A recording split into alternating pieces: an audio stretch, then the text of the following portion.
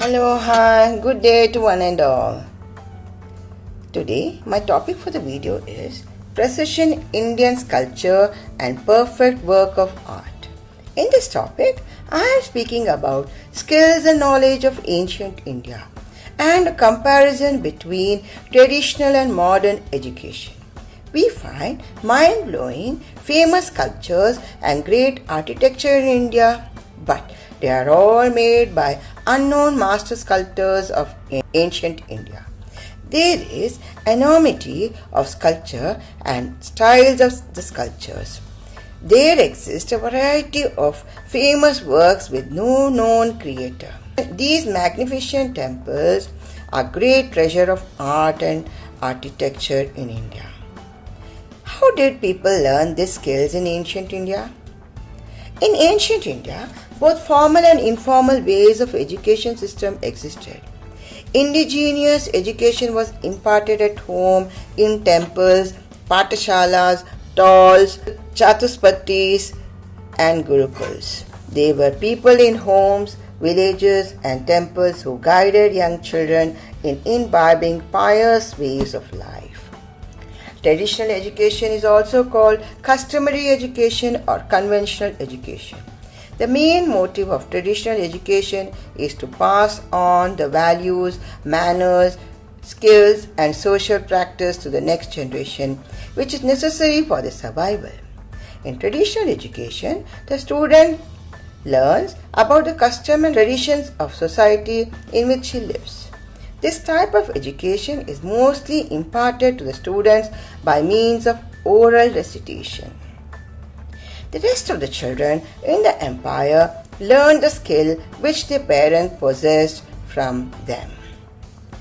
The major difference between ancient Indian education system and the modern education system seems to be that the former was in a Gurukula and the later is under Kula Guru.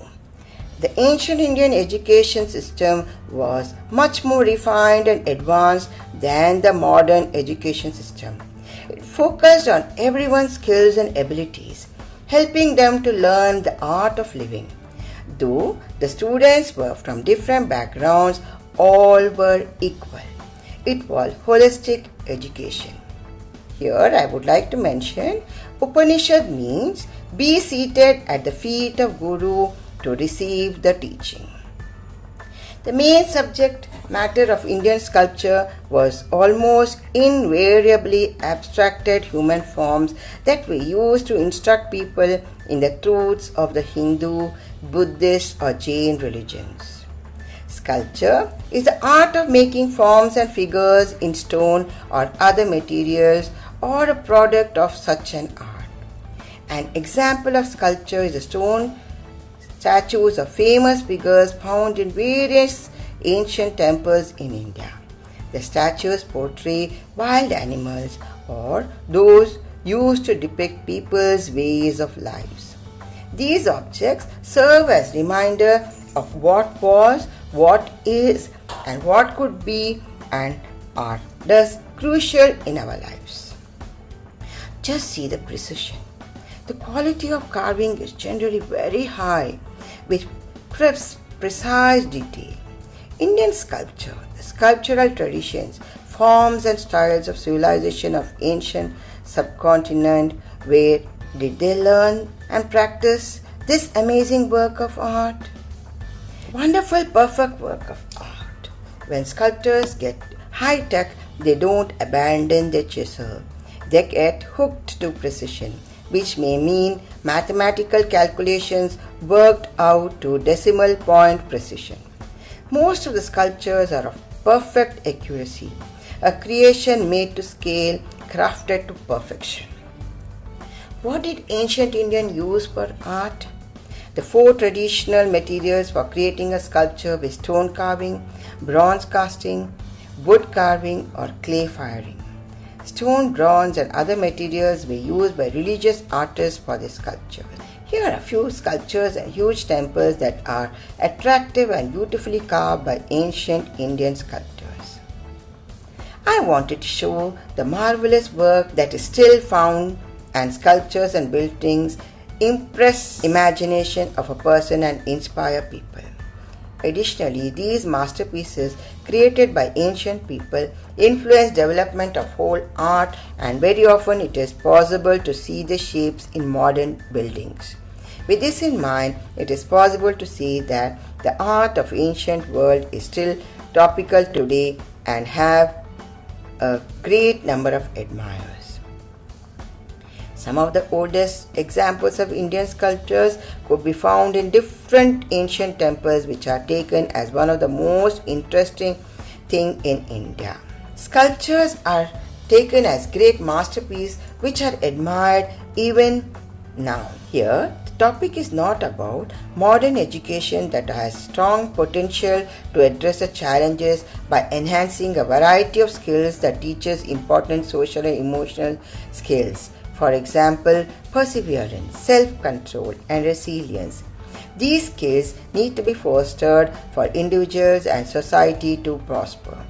I am talking about ancient Indian skills developed not through education but through hereditary.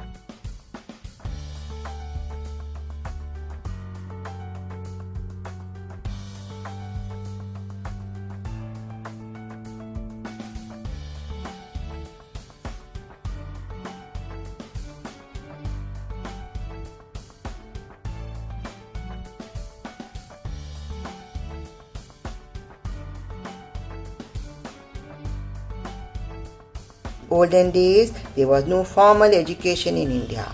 A father passed on knowledge primarily related to his occupation to his child. Traditional education is often associated with our culture, and it is good, or we can say it is important to learn about our culture. Everyone should know what are their traditions, culture, and the stories and beliefs of their religion. The same way, it is equally important to catch up with the world in terms of modern development which are occurring today. This describes the importance of modern education.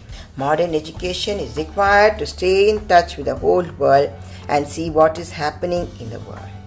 So, it is difficult to infer that which education is better. Both the types have their own importance. Both the types also similar to each and different to each other. Modern education is inherited from the traditional education, but due to modern education, traditional education is being neglected, which would result in losing our culture. The traditional education and modern education both should be given equal importance. Hope it was interesting. This is Padma. Like and subscribe. Thank you.